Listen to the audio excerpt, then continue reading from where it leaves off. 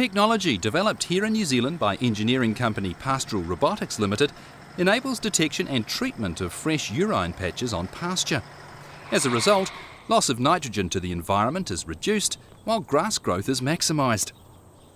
AGMARDT supported research into trials that led a farmer consortium in the Bay of Plenty to take up the technology that involves a machine called Spiky. Pastoral Robotics was formed to improve the utilisation of nutrients, particularly nitrogen. The first problem that we've tackled is urine patches. When a cow urinates, they put a lot of urine in one patch. Far more than you put on a paddock to make grass grow.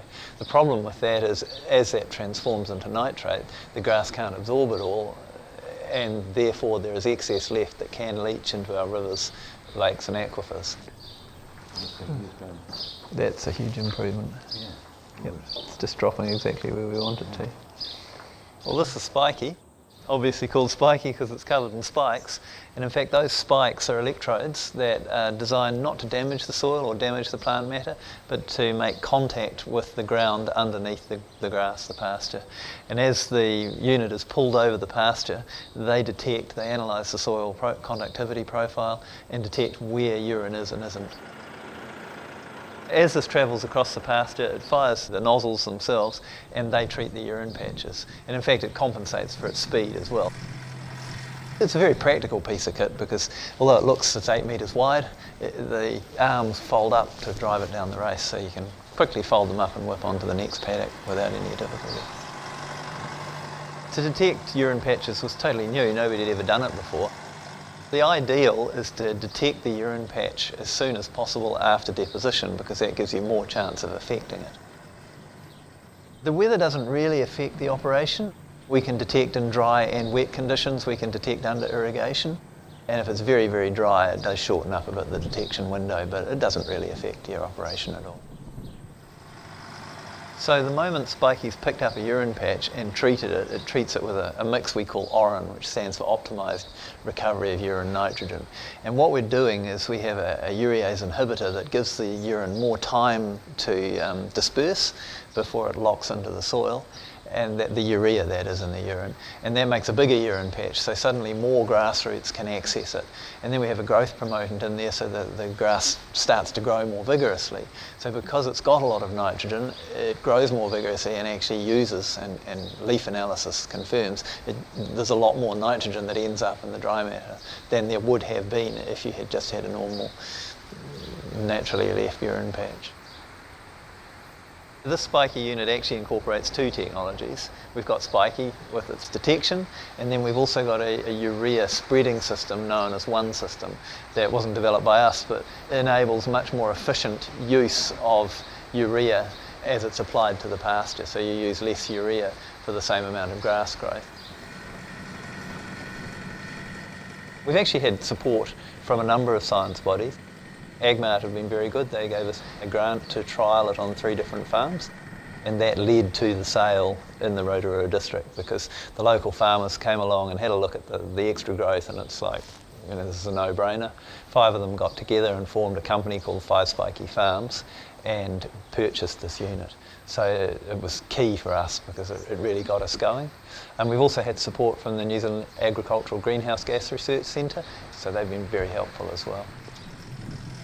It's a whole new area of science, so we're learning as we go.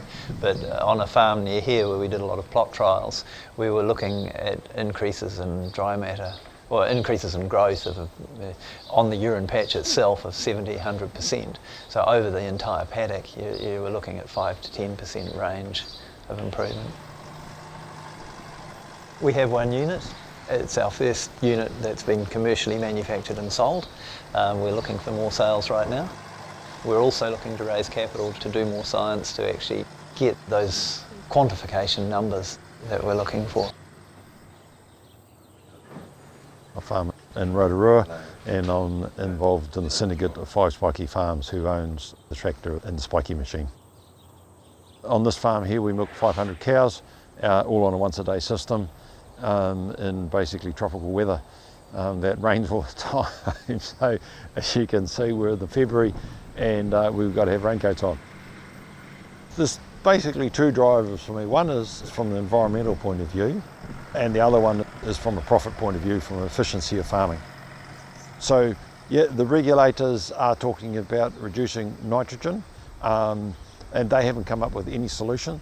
This is the first time that I see that we've got a solution that we can fit straight into our pasture-based grazing system within New Zealand.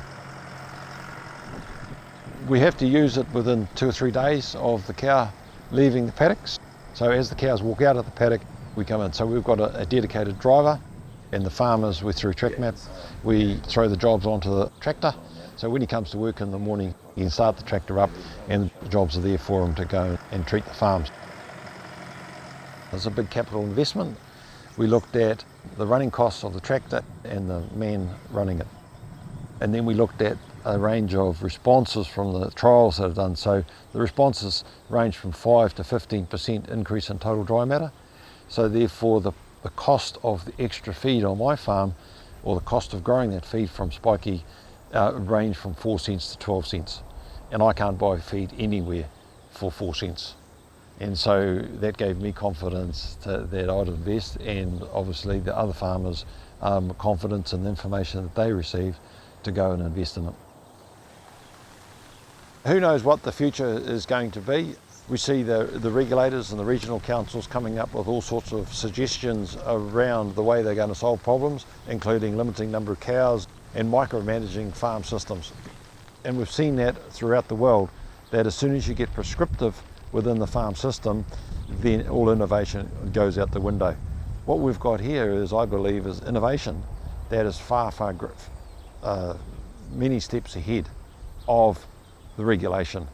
And so we're now going to have, the regulators are going to have to say how we're going to accept the technology that I believe is solving the problem.